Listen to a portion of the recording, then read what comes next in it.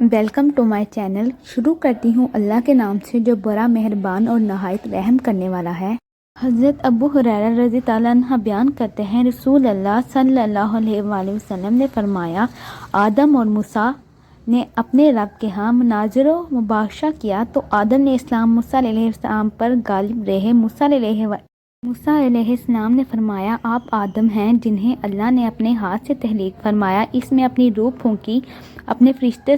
فرشتوں سے آپ کو سجدہ کرایا، آپ کو اپنی جنت میں بسایا، پھر آپ نے اپنے ہاتھ سے لوگوں کو زمین پر اتارا۔ آدم علیہ السلام نے فرمایا، آپ موسیٰ علیہ السلام ہیں جنہیں اللہ نے اپنی رسالت اور اپنے کلام کے لیے منتخب فرمایا، آپ کو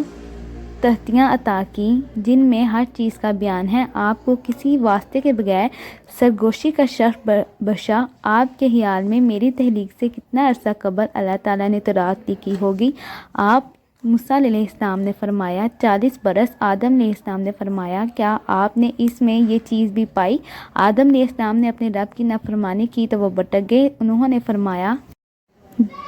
کیا آپ مجھے ایسے عمل کرنے پر ملامت کرتے ہیں جس کا کرنا اللہ نے مجھے پیدا کرنے سے بھی 40 برس پہلے مجھ پر لازم کر دیا تھا؟ رسول اللہ صلی اللہ علیہ وآلہ وسلم نے فرمایا، آدم موسیٰ علیہ السلام پر غالب آ گئے۔ ابن مسعود رضی اللہ عنہ بیان کرتے ہیں، رسول اللہ صلی اللہ علیہ وآلہ وسلم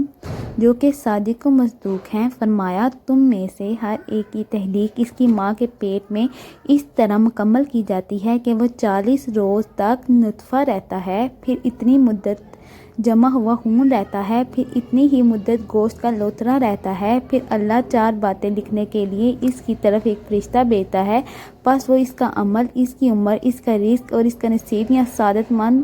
ہونا لکھتا ہے، پھر اس میں روح پھونک دی جاتی ہے، پھر اس ذات کی قسم جس کے سوا کوئی معبود برحق نہیں، بے شک تم میں سے کوئی شخص اہل جنت کے سے عمل کرتا رہتا ہے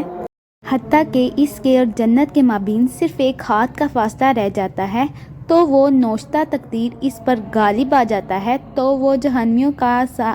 کوئی عمل کر بیٹھا تو وہ اس میں داخل ہو جاتا ہے، اور اسی طرح تم میں سے کوئی جہنمیوں کے سے عمل کرتا رہتا ہے حتیٰ کہ وہ جہنم کے درمیان صرف ایک ہاتھ کا فاصلہ رہ جاتا ہے، تو وہ نوشتہ تقدیر اس پر غالب آ جاتا ہے اور وہ اہل جنت کا سا عمل کر لیتا ہے تو وہ اس میں داخل ہو جاتا ہے۔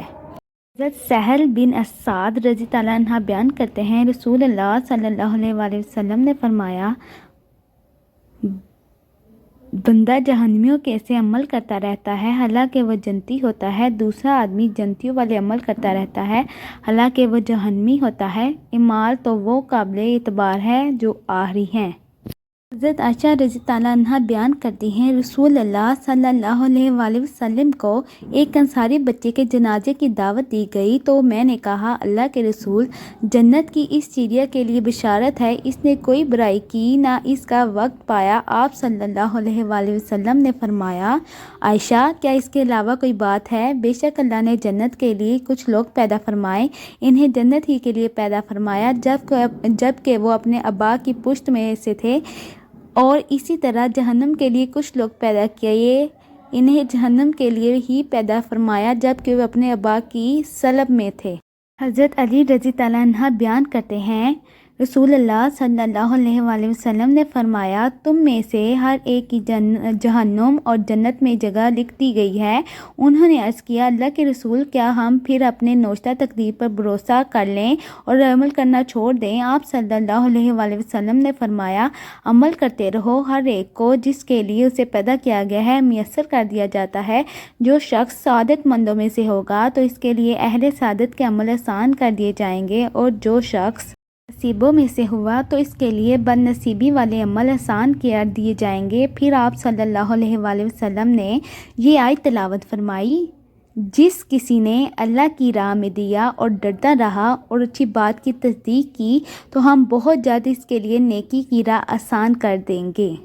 حضرت ابو ہریرہ رضی اللہ عنہ بیان کرتے ہیں رسول اللہ صلی اللہ علیہ وآلہ وسلم نے فرمایا اللہ نے اولاد آدم پر اس کے زنا کا حصہ لکھ دیا ہے جسے وہ ضرور پا کر رہے گا۔ آنکھ کا زنا دیکھنا ہے، زبان کا زنا بولنا ہے، جبکہ نفس سے تمنا اور آرزو کرنا ہے، اور شرمگاہ اس کی تصدیق یا تکذیب کرتی ہے۔ اور مسلم کی روایت میں ہے اللہ نے ابن آدم پر اس کے زنا کا حصہ لکھ دیا ہے جسے وہ ضرور پا کر رہے گا۔ آنکھ کا زنا دیکھنا ہے، کانوں کا زنا سننا ہے، زبان کا زنا بات کرنا ہے، ہاتھ کا زنا پکڑنا ہے، ٹانگ کا زنا چل کر جانا ہے، جبکہ نفس سے تمنا اور آرزو کرتا ہے، اور شرم اس کی تصدیق یا تکذیب کرتی ہے۔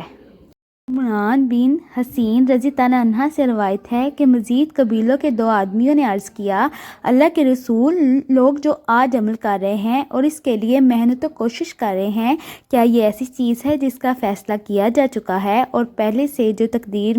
میں لکھ چکا ہے، یا وہ چیز کی طرف جا رہے ہیں جو ان کے نبی صلی اللہ علیہ وآلہ وسلم ان کے ہاں پاس لے کر آئے ہیں اور ان کے خلاف حجت قائم کی؟ آپ صلی اللہ علیہ وآلہ وسلم نے فرمایا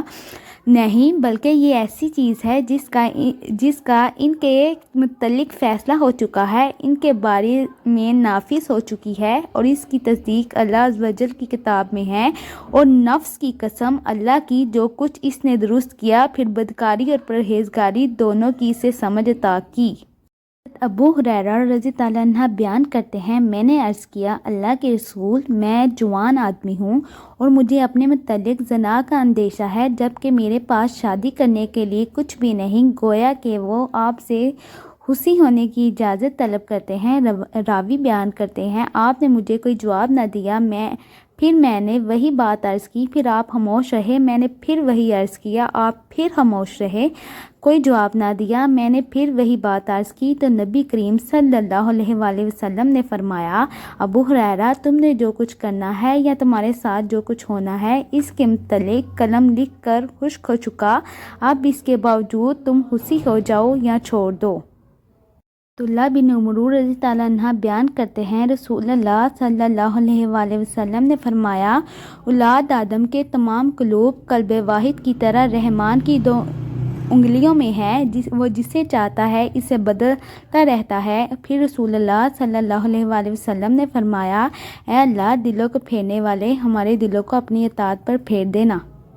ابو ہریرہ رضی اللہ عنہ بیان کرتے ہیں رسول اللہ صلی اللہ علیہ وآلہ وسلم نے فرمایا ہر پیدا ہونے والا بچہ فطرت اسلام پر پیدا کیا جاتا ہے، پس اس کے والدین اسے یہودی بنا دیتے ہیں یا اسے نصرانی بنا دیتے ہیں یا اسے مجوسی بنا دیتے ہیں۔ جیسے جانور سے سالم جانور کو جنم دیتا ہے، کیا تم اس میں سے کسی کا کان کٹا ہوا محسوس کرتے ہو؟ پھر انہوں نے یہ آیت پڑھی، یہ وہ فطرت ہے جس پر اللہ نے لوگوں کو پیدا کیا، اور اللہ کی اس بنائی ہوئی چیز میں کوئی تبدیلی نہ کرو، یہی درست دین ہے۔ ویڈیو کو لائک کریں، شیئر کریں، سبسکرائب کریں اور صدقہ جاریہ سمجھیں۔